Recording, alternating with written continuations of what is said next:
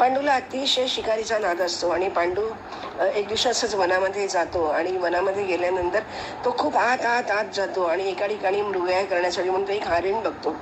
त्या हरणाला बघतो तो आणि त्या हरणावरती तो बाण सोडतो आणि त्याच पावली त्या हरिण गतप्राण होतो. हरिण गतप्राण झाल्यानंतर काय होतं तर हरणातून एक तेजपुंज असा एक मुनी बाहेर पडतो. ते मुनी आणि त्या मुनीची पत्नी दोघं जण त्या वनामध्ये क्रीडा करत असतात, म्हणजे रथक्रीडा करत असतात. आणि ते बघून मुनी त्याला शाप देतात की जेव्हा तू तुझ्या पत्नीशी असा समागम करायला जाशील तर त्यावेळेला तूही काष्टात मरून पडशील. आता पंडूला खूप पंचायत पडते काय करायचं म्हणून. आणि मग पंडू घरी येऊन म्हणजे सगळं राजवाड्यात येऊन सगळं सांगतो आणि मग ते वानप्रस्थाश्रम स्वीकारतात. मग पांडूच्या मागोमाग त्याची माद्री आणि त्याची कुंती अशा दोघी पत्न्या त्यांच्या बरोबर जातात. हळूहळू त्यांचं तपश्चर्या चालली आहे, साधना चालू आहे, जीवन व्यतीत करत आहेत, सत्संग चालू आहे, प्रवचन चालू आहे, सगळं महिमा चालू आहे. तर एकदा कोणीतरी त्याच्या कानावरती पडतं की जोपर्यंत पुत्रप्राप्ती होत नाही, पुत्र संतान नाही, तोपर्यंत पितरांना गती नाही, म्हणजे आपल्याला स्वर्गामध्ये जागाच मिळणार नाही, आपल्याला स्वर्गात जाण्याचा अधिकार नाही. हे ऐकून पांडूला अतिशय वाईट वाटतं आणि मग तो म्हणतो कुंतीला की तू असं कर ना की आपल्याला म्हणजे पुत्र संतान होणार नाही तर तू एखाद्या मुनीची तपश्चर्या एवढी साधना जबरदस्त असते की त्यांच्यापासून तू एखादा पुत्र प्राप्त करून घे. तेव्हा कुंती त्याला म्हणते की तशी काही गरज नाही, कारण जेव्हा मी लहानपणी दुर्वासा ऋषींची जेव्हा संबंध त्यांची पूजा साधना केली होती, त्यांना सगळ्या प्रकारे मदत केली होती, तेव्हा दुर्वासा ऋषी आहेत ते माझ्यावरती प्रसन्न झाले आणि तेव्हा त्यांनी मला सांगितलं की तुला मी असा एक मंत्र देतो, तो मंत्र तू अभिमंत्रित केलास की तुला जी देवता जो देव आवडेल त्याला तू आव्हान कर आणि तो देव तुझ्याकडे येईल आणि तो तुझं काम पूर्ण करेल. आणि अशा प्रकारे ते झाल्यानंतर म्हणून कुंती पंडू तिला म्हणजे परवानगी देतो आणि मग ती प्रत्यक्ष कुंती पहिल्यांदा धर्मराजाला आव्हान करते, ते मंत्र म्हणते आणि धर्मराजाला आव्हान करते. धर्मराजाला आव्हान केल्यावरती धर्मराजा घेतो आणि त्याच्यापासून त्याला युधिष्ठिर नावाचा पुत्र जन्माला येतो. दुसऱ्यांदा ती वायुदेवाला आव्हान करते आणि त्याच्यापासून भीम जन्माला येतो. तिसऱ्यांदा ती इंद्राला पाचारण करते आणि त्याच्यापासून अर्जुन जन्माला येतो. अशा प्रकारे पंडू आणि कुंतीला मिळून आता हे 3 देवपुत्र जन्माला येतात. आता माद्रीलाही इच्छा असतेच ना, तिलाही मातृत्वाची हाव असते, म्हणून ती पंडूला म्हणते की तुम्ही माझ्यासाठी कुंतीला सांगा. म्हणून कुंती तिला तो मंत्र देते, तो वर सांगते तिला. आणि म्हणून माद्री सुद्धा तपश्चर्या करते, साधना करते, त्या मंत्र अभिमंत्रित करते आणि ती अश्विनी कुमारांना बोलावते. आणि अश्विनी कुमारापासून माद्रीला नकुल आणि सहदेव असे 2 पुत्र जन्माला येतात. आता हे 5 पुत्र जन्माला आलेले आहेत आणि मग आता पंडूचं अतिशय आता पंडूचा निघून गेलेलाच आहे. पंडू एक दिवशी असाच तो मृगया म्हणजे शिकार करत असतो आणि पंडू असाच फिरता एक दिवशी माद्री एका ठिकाणी नदी किनारी सगळं तिचं अन्निक उरकत असते आणि तो एकदम बघतो माद्रीला आणि तो एकदम कामवश होतो आणि तो माद्रीच्या प्रेमात पडतो आणि तिचं वस्त्र तो खेचतो. तर त्यावेळी ती त्याला खूप प्रतिकार करते आणि ती सांगते की नाही असं करू नका, आपण म्हणजे तुम्हाला हा दिलेला आहे, शाप दिलेला आहे आणि तुम्ही जर का गेलात तर आम्हाला वैधव्य प्राप्त होईल आणि परत इथे कोणी या 5 मुलांचा सांभाळ करायला कोणी असणार नाही, म्हणून तुम्ही तसं करू नका. पण काय असतं की नियतीच्या पुढे कोणाचं काही चालत नाही. पंडू तिला जवळ करतो आणि त्याच क्षणी त्याचा शाप खरा ठरतो त्या मुलीचा आणि पंडू साक्षात काष्टवत पडून मरून जातो. आजूबाजूला सगळे मुनी असतात. माद्रीचा विलाप ऐकायला येतो त्यांना आणि म्हणून कुंती आपल्या 5 मुलांसह तिथे येते आणि पाहते तो असा एक भयानकर प्रसंग बघून तीही टाव फोडते. तिलाही खूप वाईट वाटतं आणि मग तेव्हा ती माद्री तिला सगळं सांगते की ह्याला सगळ्याला कारण मीच आहे, कारण मी म्हणजे माझ्यासाठी ते आसक्त झाले आणि त्यांनी नको ते करून बसलेले आहेत. तर ती काय याच्यापुढे बोलण्यासारखं काही नसतं म्हणून सर्व मुनी वगैरे येतात आणि त्याचं कार्य संपन्न करतात. पंडू तर आता भस्मभूत झालेला नसतो पण ते कार्य पूर्ण करतात. आता फक्त एकटी कुंती इथे उरलेली असते आणि तेव्हा माद्री तिला सांगते की हे बघ की ह्याला सगळ्या कारण मीच असल्यामुळे मीच आता सती जाते आणि माझ्यापेक्षा सुद्धा माझ्या मुलांचा तू उत्तम सांभाळ करशील, कारण तुझ्यामध्ये मातृत्व जन्मताच आहे आणि म्हणून माझ्या म्हणजे आपल्या 5 मुलांचा तूच सांभाळ कर. आणि असं करून माद्री सती जाते. पंडू आणि माद्री आता ते संपलेलं आहे आणि तर फक्त कुंती 5 पुत्रांसह वनामध्ये राहते.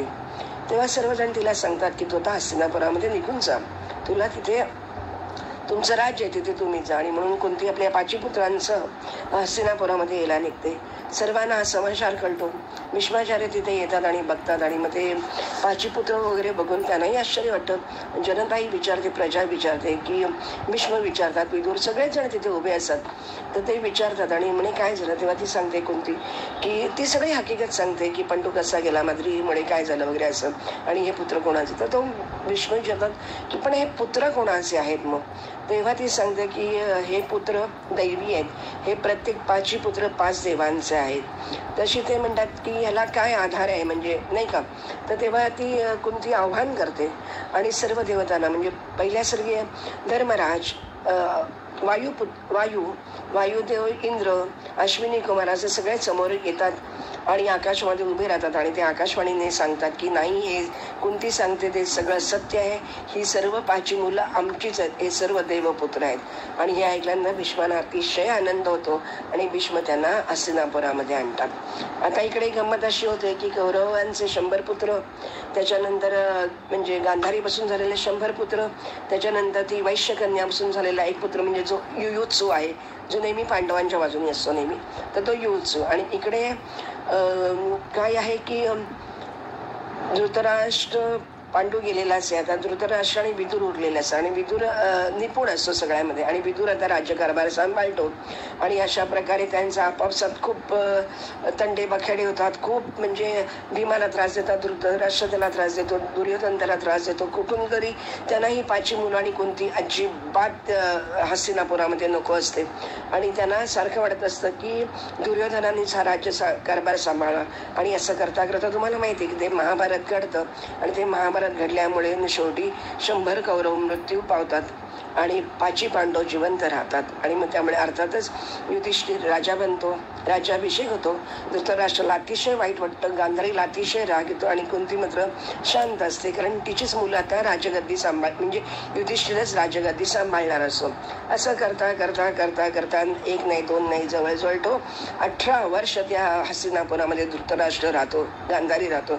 शेवटी एक दिवशी विदूर त्यांना म्हणतो की किती वर्ष तुम्ही आश्रितासारखे युधिष्ठिराच्या तुकड्यांवरती जगत राहणार आहात, हे तुम्हाला शोभत नाही, कारण तुम्ही त्यांना किती प्रकारे छळले, किती प्रकारे मारायचा प्रयत्न केलेला आहे. आणि तेच आज तुमच्याकडे तुम्हाला मानतायत, माता पिता समान तुम्हाला मान देत आहेत, आणि एवढं सुद्धा करत असून सुद्धा तुमच्या मनामध्ये त्यांच्याविषयी यत्किंचितही प्रेम नाही. तर तुम्ही जर का शहाणे असाल तर आत्ताच्या आत्ता हा राजवाडा सोडा, हस्तिनापूर सोडा आणि वनामध्ये राहायला जा.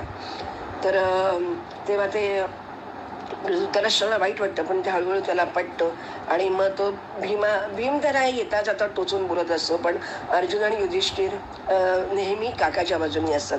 आणि मग एक दिवशी धृतराष्ट्र म्हणतो की माझे जर 100 मुलं गेलेली आहेत तर त्यांचं मला म्हणजे श्राद्धकर्म करायचं आहे, तर म्हणून मला तू काही धन दे. तशी युधिष्ठिर या सगळ्या भावंडांशी वार्तालाप करतो आणि त्यांना सांगतो की आपण त्याला काहीतरी धन देऊया, म्हणजे तो त्यांचं 100 कौरवांचं सगळं श्राद्धादी कर्म पूर्ण करेल. तर तेव्हाही भीम खूप चिडतो आणि तो सांगतो तुला 1 पैसाही मिळणार नाही वगैरे असं. आणि त्यांच्यात खूप भांडणं वगैरे होतात. पण एवढा करून सुद्धा शेवटी तो युधिष्ठिर, अर्जुन वगैरे सगळे मिळून त्याला काय पैसे देतात आणि तो उत्तम प्रकारे तो सगळं कार्य करतो. आणि ते 3 जण वनामध्ये जायला निघतात. धृतराष्ट्र, विदूर, गांधारी. तर कुंती म्हणते की नाही, मी पण तुमच्याच बरोबर होतं, आपण सगळे समवयस्क, मी तरी इथे थांबून काय करू होतं. आणि म्हणून ती त्यांच्यावर जाते. तेव्हा भीम अतिशय त्याला वाईट वाटतं, कारण त्याचं आईवर नितांत प्रेम असतं, पण ती पण त्याच्याबरोबर निघून जाते. असं करता करता 6 वर्ष उलटून जातात आणि युधिष्ठिरला फार म्हणजे आठवण येत असते की आपण त्यांना एकदा जाऊन तरी पाहूया. म्हणून ते सगळ्या भावंडांशी तो सांगतो की आपण आता तिथे जाऊन त्यांना एकदा भेटून येऊया. म्हणून ते सगळे प्रजाजन आणि हे सगळेजण मिळून तिथे जातात, त्यांना भेटतात आणि ते सगळेजण म्हणजे फलमुलं खाऊन वगैरे जगत असतात. आणि मग धृतराष्ट्राला युधिष्ठिर विचारतो की अरे काका विदूर कुठे आहे. तशी तो सांगतो की विदूर एका कुटीमध्ये वेगळा राहतोय आणि त्याने सगळं अन्न पाणी त्याग केलेला आहे आणि तो तुला तिथे दिसेल. आणि मग तो खरोखर विदुराच्या इथे जाऊन बघतो तर विदूर दिसेल नाही दिसेल का अगदी कृश झालेला असतो तो, अगदी म्हणजे त्याच्या म्हणजे त्राणच उरलेला नसतात. आणि मग युधिष्ठिर त्यांचे पाय बी चेपतो त्याचा आणि त्याला नमस्कार करतो आणि तो सांगतो की काका आम्ही सगळे सगळे आलेले आहोत तुम्हाला भेटायला. आणि म्हणून तो नमस्कार करतो. विदुर त्यांना जेम तेम बघतो त्याला. आणि विदुर अगदी म्हणजे कुठल्याही क्षणी अगदी सगळं त्याचं संपलेलंच आहे. आणि म्हणून तो त्याला पाहतो आणि त्याच्या डोळ्यातून एवढं विदुराच्या प्रचंड तेज अग्नीचा एक लोल त्याच्या शरीरातून बाहेर पडतो आणि तो युधिष्ठिराच्या शरीरामध्ये समाविष्ट होतो.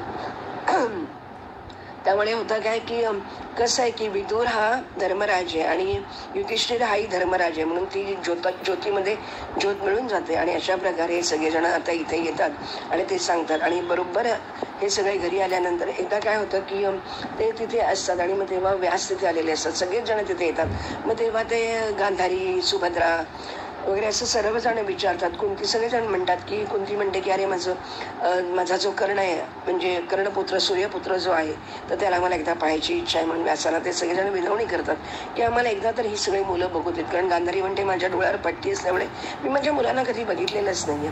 तर व्यास आता इथे देवी भगवतीची प्रार्थना करतात, आराधना करतात आणि तिला म्हणतात की जेव्हा काही नव्हतं, पंचमहाभूत त्रिगुण हे सगळं काही नव्हतं, तेव्हा फक्त तू आणि तू एकच होतीस. आणि तुझ्यामुळेच आता म्हणजे तू असतेस तेव्हा ब्रह्मांड प्रसवतेस आणि जेव्हा तू नसतेस तेव्हा ती परमात्मा तू एकमेव आदिशक्ती आहेस. तर तुझी कृपा जर का झाली तर ह्या सगळ्यांना त्यांचं ते गेलेले सगळे बघायचे तर तुझी कृपा झाली तर तू त्यांना सर्वांना दर्शन दे. आणि म्हणून असं झाल्यामुळे सर्व 100 कौरव, कर्ण जे कोणी युद्धामध्ये मारलेले गेले असतात, अभिमन्यू मुख्य म्हणजे ते सगळे जणांना ते दर्शन देतो. आणि मग त्यांना खूप आनंद होतो, समाधान वाटतं. आणि मग व्यासतेची परत प्रार्थना करतात आणि त्या देवी भगवतीला सांगतात की आता तू जरी या लोकांना नेलंस तरी चालेल. तर अशा प्रकारे हा एक सुंदर म्हणजे प्रसंग, घटना अतिशय म्हणजे व्यासांची ताकद, व्यासांची तपश्चर्या केवढी होती ही आपल्याला ह्याच्यातून कळते. आणि मग नंतर हे सगळे घरी येतात आणि मग बरोबर हे घरी आल्यानंतर तिसऱ्या दिवशी त्या वनाला आग लागते आणि त्याच्यामध्ये धृतराष्ट्र, गांधारी आणि कुंती सर्वजण भस्मीभूत होतात. अशा प्रकारे झाल्यानंतर आता इकडे बघता बघता 36 वर्ष उलटून गेलेली असतात. आणि त्यामुळे काय होतं की कौरवांचा विनाश झाल्यानंतर 36 वर्ष प्रभास क्षेत्रामध्ये पण त्याच वेळेला यादव कुळ पण नष्ट व्हायला लागलेलं असतं. कारण श्रीकृष्णाने पण आपला शाप मागे घेतलेला नसतो, त्याला जो दिलेला असतो तो की तुला पण बाण लागेल आणि तोही मरशील. तर त्याने तो शिरसावंद्य मानलेला असतो. गांधारीने त्याला एकदा शाप दिलेला असतो. तर त्यामुळे सर्व यादव त्या ह्याच्यामध्ये आपापसात लढाई करतात, युद्ध करतात आणि ते स्वतःच एकमेकांना मारून टाकतात. यादवी आपण ज्याला शब्द वापरतो ते प्रत्यक्ष तिथे घडतं. त्यामुळे बरेचसे यादव संपून जातात. आणि मग यावेळेला इकडे बलराम जो असतो तो योग साधनेने स्वतःच्या शरीराचा त्याग करतो. श्रीकृष्णही आपल्या शरीराचा त्याग करतो आणि मग बरोबर ही जी द्वारका आहे ती समुद्रामध्ये बुडते. आणि मग आपला जो अर्जुन आहे तो धर्मराजाला सांगतो आणि तो तिथे ह्याच्यामध्ये जातो. आणि तिथे गेल्यानंतर तो सगळं काही बघतो की काहीच त्याचं शरीर कृष्णाचं शोधून काढतो आणि बाकी सगळं ज्या पट्टराण्या वगैरे आहेत तर त्यांना सुद्धा तो त्यांच्यावरती संस्कार करतो. उरलेले जे लोक असतात त्यांना सगळ्यांना घेऊन येताना काय होतं ते जे आवीर तिथे असतात त्यांच्याकडून अर्जुनाचा पराभव होतो. सगळे सेना लुटली जाते, सगळ्या बायकांची लूट होते आणि अर्जुन घरी येतो. त्याला खूप खूप वाईट वाटतं. म्हणजे कृष्ण गेल्याचं तर वाईट वाटतं पण त्याच्यातलं तेज संपलंय. म्हणजे कृष्ण होता म्हणून तेज होतं हे त्याला नकळत आता कळतं. तेव्हा तो व्यासांना विचारतो. तेव्हा ते व्यास म्हणतात त्याला की जेव्हा परत श्रीकृष्णाचा अवतार होईल तर तू त्या युगामध्ये तू आणखीन तेजस्वी आणि उग्र तेज घेऊन म्हणजे आणखीन पॉवरफुल अशी तू ताकद घेऊन येशील. आणि अशा प्रकारे तो आता हस्तिनापुरामध्ये आल्यानंतर आता हे सर्वजणच ठरवतात की आता आपणही स्वर्गारोहण करावं. म्हणून ते काय करतात की जो अर्जुन आणि सुभद्राचा जो नातू आहे परीक्षित म्हणजे अभिमन्यूचा मुलगा तर त्याला राजसिंहासनावर बसवतात आणि हे सगळेजण स्वर्गारोहणाला निघून जातात. अशा प्रकारे राजा परीक्षित आता इथे राज्य सांभाळतो. राजा परीक्षित हा खरं तर पांडवांचे सगळे वंश संपलेलेच असतात. कारण द्रौपदीची 5 मुलं अश्वत्थामा मारून टाकतो. पांडवांची जी मुलं म्हणजे झालेली ती मारून टाकतो आणि तो जो आता नातू आहे अर्जुनाचा त्यालाही तो मारायला निघतो. उत्तरेच्या गर्भामध्ये असतो. तर तेव्हा तो ब्रह्मास्त्र जेव्हा टाकतो उत्तरेच्या गर्भावरती त्याच वेळा श्रीकृष्णच्या हे लक्षात येतं की आता सगळा वंश संपणार आहे. म्हणून श्रीकृष्णाची जी बहीण सुभद्रा तिचा जो नातू आहे परीक्षित म्हणून आता तो गर्भामध्ये आहे आणि म्हणून तो ते वाचवतो आणि राजा परीक्षित म्हणजे तो वंश त्यांचा चालू होतो.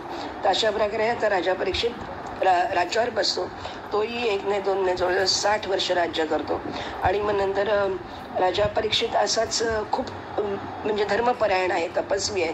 सगळी जनता प्रजा खूप आनंदात आहे, सगळं यथास्थित चाललेलं आहे. पण या सर्व लोकांना ना क्षत्रिय असल्यामुळे त्यांना त्यांच्या मृगयेचा अतिशय नाद असतो. अशाच प्रकारे एकदा राजा परीक्षितही मृगयेला जातो आणि तिथे ग्रीष्माचे दिवस असतात, कडक ऊन असतं, खूप ताणलेला असतो. आज त्याला कुठेही त्याला काही सावज शिकार काही मिळत नाही. तो खूप थकतो, दमतो आणि चिडलेला असतो. म्हणून त्याला एका ठिकाणी एक कुटी दिसते. ती कुटी बघितल्यावरती त्याला खूप आनंद वाटतो आणि तो म्हणतो की ज्यार तिथे कुटी आहे, त्यार ती कोणतरी ते राहत आहे आणि मला काही नाही तरी कमीत कमी ते पाणी तरी मिळेल. आणि म्हणून तो कुटीचं दार वाजवतो आणि कोणी आहे का करून विचारतो. काही यातून प्रतिसाद मिळत नाही. म्हणून तो पुढे जातो, दार ढकलून बघतो. तो एक मुनी तिथे बसलेले असतात, शमीक ऋषी म्हणून त्यांचं नाव आहे. तर ते शमीक ऋषी तिथे बसलेले असते, साधना करीत असतात. त्यांना काही पत्ता नसतो.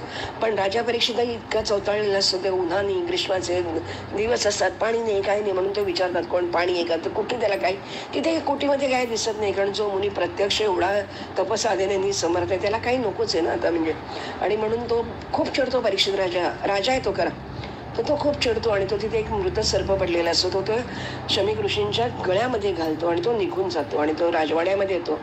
घरी बसतो आणि शांत होतो. आणि मग नंतर त्याच्या लक्षात येतं की आज मी खूप नको ते कृत्य करून बसलं. राजाला न शोभणारा असं मी कार्य आज करून घेतलेलं आहे आणि ह्याचा मला नक्कीच त्रास होणार आहे. आणि एवढ्यामध्ये होतानाच इकडे शमीक ऋषींचा जो गविजात नावाचा पुत्र असतो तो तिथे बाहेर खेळत असतो सगळे. तर त्याचा सवंगडी येऊन त्याला सांगतो की असा सत्ता एक माणूस आला होता आणि तुझ्या कुटीमध्ये आणि तुझ्या बाबांच्या गळ्यामध्ये एक मृत सर्प घालून तो माणूस निघून गेला. तर तो इतका चिडतो तो गविजात. तोही सामर्थ्यवान असतो ना एकदम तपसामर्थ्याने. तर तिथल्या तो नदीचं जल घेतो आणि त्या ते जल अभिमंत्रित करतो आणि तो तिथेच सोडतो आणि सांगतो की ज्याने कोणी माझ्या बाबांच्या गळ्यामध्ये हा मृत सर्प घातलेला आहे तर त्याला 7 दिवसाच्या तक्षक दोष करेल आणि त्याचा मृत्यू येईल. आणि मग मुनी जेव्हा भानावर येतात तेव्हा ते त्याला सांगतात की सगळ्याच घटना सांगतात एकमेकांना. तेव्हा मुनी म्हणतात अरे तो राजा आहे, आपल्याला असं करून चाललं नाही, आपण ब्राह्मण आहोत. तर तू जर का आता शाप दिलायस तर तुझाही शाप करा ठरणारच आहे. तर तू असं कर आणि राजाला सावध करून घे. आणि म्हणून मग त्याच्या घरी निरोप पाठवला जातो. मग राजा परीक्षिताच्याही लक्षात येतं की आपण फारच चूक केलेली आणि नक्कीच आता आपला मृत्यू आलेला आहे जवळ. आणि म्हणून राजा परीक्षित खूप लोकांना बोलवतो आणि विचारतो म्हणजे मंत्रीगणांना की आता काय करावं, ह्याच्यावरती काय उपाय आहे, मंत्रतंत्र काही जप साधना वगैरे, जल तीर्थयात्रा वगैरे काय. तर सगळ्यांच्या असं ठरतं की तक्षक म्हणजे तो साप आहे तो काय एवढं हे म्हणजे वर सोडून येणार नाही. तर त्याच्यासाठी एक 7 मजली तिथे एक हवेली बांधली जाते परीक्षितासाठी म्हणून. आणि परीक्षित सगळा संसार सोडतो आणि तो त्या हवेलीमध्ये येऊन राहतो. आपल्याला माहिती आहे तिथे प्रत्यक्ष शुक भगवान आलेले आहेत, म्हणजे व्यासांचा पुत्र तो ज्याला भागवत सांगतो. परीक्षित हा नायक आहे त्याचा. तर तो तिथे येतो आणि भागवत वगैरे होतं वगैरे सगळं चालतं आणि तो हवेलीमध्ये राहायला जातो. पण आता मात्र हवेली अगदी कडेकोट बंदोबस्तात असते, अगदी वायूसुद्धा तिथे शिरू शकणार नाही अशा प्रकारे सगळीकडे रक्षक ठेवलेले असतात. पण हे असं करता करता 7 दिवस म्हणजे 7वा दिवस उजाडतो आणि मग आणखीन म्हणजे म्हणतात रक्षा आणखीन सुरक्षित केली जाते म्हणतात तशी. आणि मग एवढं सगळं होत असतं आणि मग तिथे गावामध्ये दौंडी पेटवलेलीच असते की राजा परीक्षिताचा मृत्यू तक्षक दोषाने होणार आहे. तर ह्याच राज्यामध्ये एक मांत्रिक असतो आणि तो अतिशय श्रेष्ठ मांत्रिक असतो की तो कुठल्याही प्रकारच्या सर्पाचं विष तो सहज उतरवत असे. आणि म्हणून तो धनाच्या लोभाने तो त्या परीक्षिताकडे जायचा प्रयत्न करतो आणि परीक्षिताकडे जाण्यासाठी म्हणून निघतो. तर तेवढ्यात हे तक्षकाला माहिती असतं आणि तक्षकाला नक्की माहिती आहे की आपल्याला राजा परीक्षिताला डसायचंच आहे आणि त्याला संपवायचंच आहे. आणि म्हणून तक्षक एका ब्राह्मणाचं रूप घेतो आणि तो त्या मांत्रिकाला गाठतो आणि दोघांची बोलाचाली होती. मांत्रिक जरा हुशारलेला असतो. तर तो म्हणतो मी असं विष उतरवतो अमकं तमकं, मला आता राजा परीक्षिताने बोलावलं, मी तिकडे चाललेलो आहे आणि मी त्याला पुनरुज्जीवित करीन, म्हणजे त्याला मरण येणार जरी आलं तरी मी त्याचं जर उतरवून टाकीन वगैरे असं. तशी तक्षक म्हणतो की कशावरून वगैरे. तर तू एवढं जालिम तक्षकाचं विष तू काय उतरवणार वगैरे. तर तो म्हणतो की कशावरून. मग ते दोघांच्यात बोलाचाली होते आणि मग तक्षक आपलं रूप धारण करतो आणि तो तक्षक सांगतो की मी ब्राह्मण नेहमी स्वतःच तक्षक आहे आणि मी त्याला जाऊन मारणार आहे आता. तर तेव्हा तोही 1 मिनिट असा गलबगळीत होतो. तर तो म्हणतो की आपण असं करू, मी पहिल्यांदा या झाडाला डसतो आणि ते झाड भस्मीभूत होईल आणि जर का तुझी ताकद असेल तर तू हे मला विष उतरवून दाखव, तेव्हा मी समजेन की खरोखर की तुझ्याकडे विष उतरवण्याचं मंत्र आहे. आणि म्हणून तो त्यांचं ठरतं. कारण तक्षक त्या समोरच्या भरलेल्या झाडाला दंश करतो, त्याला लपेटी मारतो आणि त्याबरोबर ते झाड खाडकन खाली पडतं आणि भस्मीभूत होतो. लगेच इथे तो जो मांत्रिक असतो तोही पॉवरफुल असतो. तोही हातामध्ये जल घेतो, मंत्र अभिमंत्रित करतो आणि मग ते पाणी प्रोक्षण करतो त्या म्हणजे त्या भस्मावरती आणि त्याबरोबर झाड असं तरारून वर येतो. तेव्हा तक्षकाला पटतं की नाही की आता नक्कीच ह्याच्यातून काय उपयोग नाही, राजा परीक्षित परत जिवंत होईल. तर तेव्हा तो त्याला म्हणतो की अरे तू कशासाठी एवढं सगळं करतो, धनासाठीच ना, तर मी तुला किती पाहिजे तेवढं धन देतो, तू निघून जा. आणि दुसरी गोष्ट म्हणजे जर का राजाचे प्राण संपले, आयुष्य संपलं असेल तर तू कशासाठी या फंदामध्ये पडतो. तेव्हा तो म्हणतो की नाही, राजाला वाचवणं माझं कर्तव्य आहे. त्याच्याबरोबर म्हणजे कलिकालामध्ये म्हणजे माझंही नाव होईल, राजा परीक्षितही जिवंत राहील आणि त्याचबरोबर मला अमाप धन मिळेल आणि मी श्रेष्ठ मांत्रिक होईल. तर तो म्हणतो की नाही, तू तसं काहीही करू नको, तुला पाहिजे तेवढं मी धन देतो आणि तू निघून जा. त्याबरोबर हा विचार करतो आणि तो एक ध्यान लावून बघतो. तर तो खरोखर बघतो की राजा परीक्षितेचं आयुष्यच संपलेलं आहे. आता म्हणून तो धन घेतो पुष्कळ आणि तो निघून जातो. आता असं करून आता हे सगळं वाटेला लावलेलं आहे. आता तक्षक आहे तो काय करतो, तो उरलेल्या सर्व सर्पांना घेतो 5-6 आणि ते सर्वजण ब्राह्मण म्हणजे मुनींचं रूप धारण करतात आणि त्याच्या त्या हवेलीवरती येतात. तेव्हा संध्याकाळ हळूहळू होत आलेली असते, 7व्या दिवसाची संध्याकाळ म्हणजे, तर ती होत आलेली असते आणि म्हणून सगळं आता बंदबिंद झालेलं असतं, मंत्रतंत्र सगळी बंद झालेली असते आणि राजा ते शांत बसलेला असतो. तेव्हा खालून द्वारपाल त्यांना सांगत होतो की असे हिमालयातून कोणी मुनी आलेले आहेत आणि तुम्हाला आशीर्वाद देण्यासाठी आलेत आणि त्यांनी फलमूल आणलेलं आहे. तर तेव्हा राजा आणि त्याचे मंत्री सांगतात की आता वेळ संपली आहे, त्यांना उद्या सकाळी बोलाव. तर ते म्हणतात की नाही, त्यांना आताच भेटायचं आणि जर का तुम्हाला भेटायला जमणार नसेल तर कमीत कमी आशीर्वाद फळं दिली आहेत ती तरी तुम्ही सेवन करा आणि त्यामुळे तुमचं आयुष्य ऊर्जित होईल. तर तेव्हा ती फळं तो घेतो आणि ते निघून ते सगळे सर्प असतात ते तिथेच म्हणजे थांबतात जरा वेळ आणि ते निघून जातात. आणि बघता काय होतं, तो राजा बघतो की अस्ताला आलेला आहे सूर्य, म्हणजे आता 7वा दिवस संपलेला आहे. आता म्हणजे माझं जे मरण आहे तो आता वेळ झाली आणि म्हणून तो काय करतो, ती जी फळं असतात ती त्या काही मंत्र्यांना देतो आणि त्यातलं एक सुंदरसं असं फळ घेतो आणि तो स्वतः खायला बघतो आणि तो स्वतः तो चिरतो आणि चिरल्याबरोबर त्याच्यातून बरोबर एक बारीकशी अशी किडा बाहेर येतो आणि तो किडा बघितल्यावरच राजा समजून जातो काही आणि तो म्हणतो की नाही, मृत्यू माझा अटळ आहे. आणि म्हणून तो काय करतो, तो किडा घेतो आणि तो स्वतःच्या मानेवर ठेवतो की आता 7 दिवस पूर्ण झालेले आहे, नक्की हे ठरलेलं आहे. आणि म्हणून तो किडा जसा तो मानेवर ठेवतो त्याबरोबर तो किडा तक्षकाचं रूप घेतो आणि हा एवढा मोठा तक्षक संबंध शरीराला तो लपेटतो आणि तो त्या क्षणी मरून जातो. हे सगळं ते आजूबाजूचे मंत्री जन बघतात आणि ते घाबराघुबरी होतात आणि ते पळून जातात आणि सगळीकडे येऊन सांगतात आणि अशा प्रकारे राजा परीक्षिताचा प्रत्यक्ष मृत्यू होतो. आणि मग ते तर संपलेलंच असतं तरी सुद्धा सर्व कार्य वगैरे ते पूर्ण करतात आणि मग ते येतात आणि मग जन्मेच्या अगदी लहान असतो 11 वर्षाचा, पण त्याला राजाभिषेक करतात. परीक्षिताचा जो मुलगा आहे तो हळूहळू मोठा होतो, त्याचंही लग्न होतं आणि मग सुंदर राज्य वगैरे चाललेलं असतं.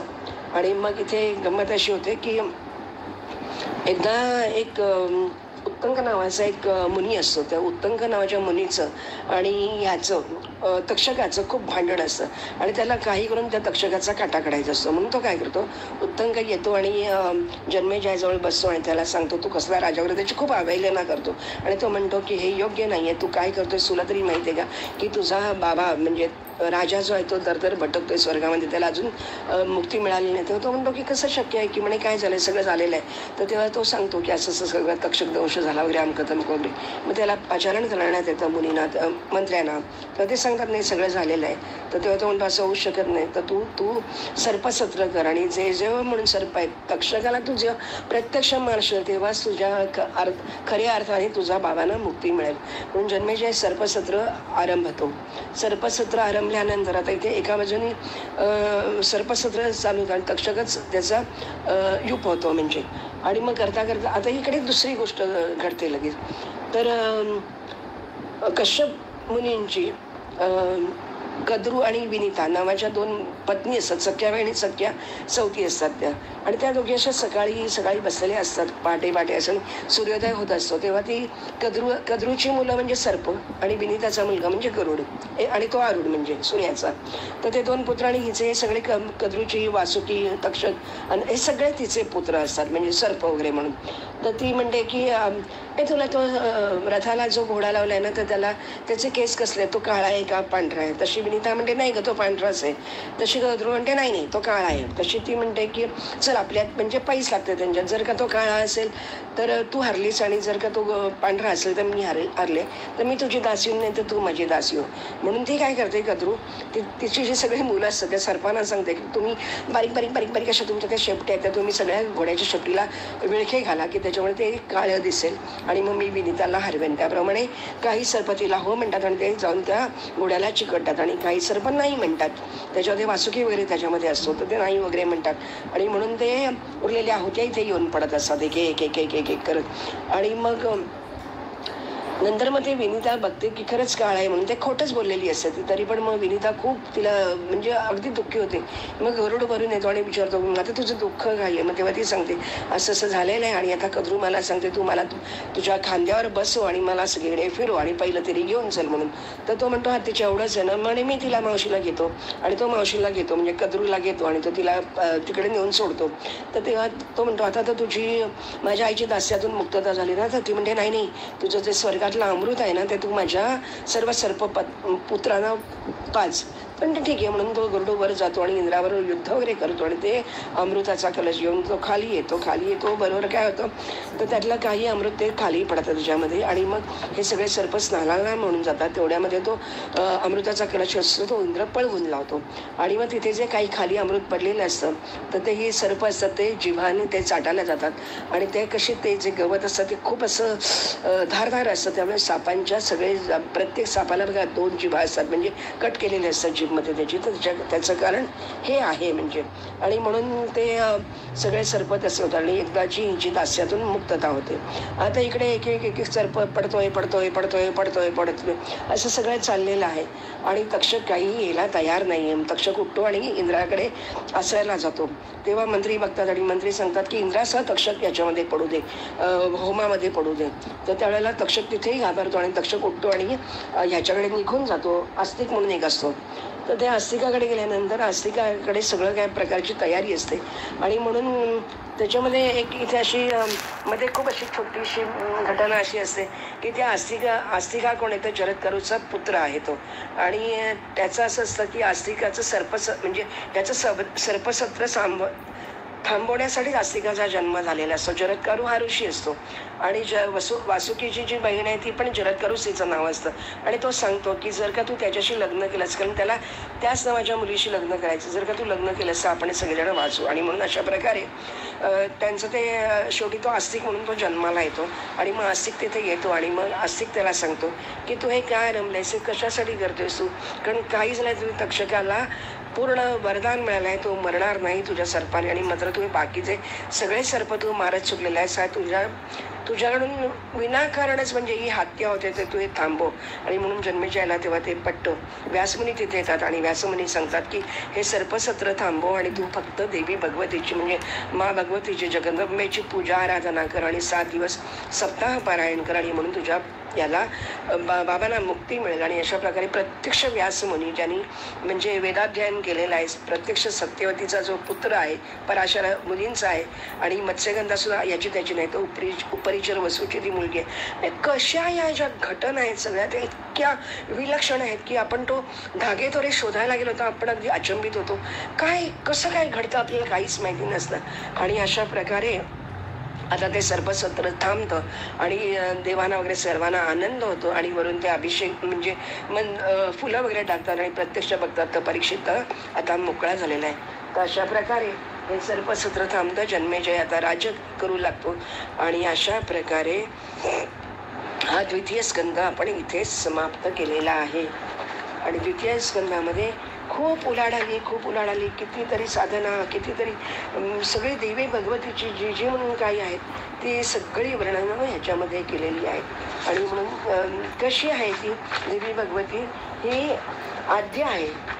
ओम नमो जी आद्या, तर अशी ती ही जी आद्या आहे तर तिला आपण वंदन करू. आणि याचे प्रथम स्कंधाचं प्रथम खंडातलं द्वितीय स्कंध आपण हा आज समाप्त करीत आहोत.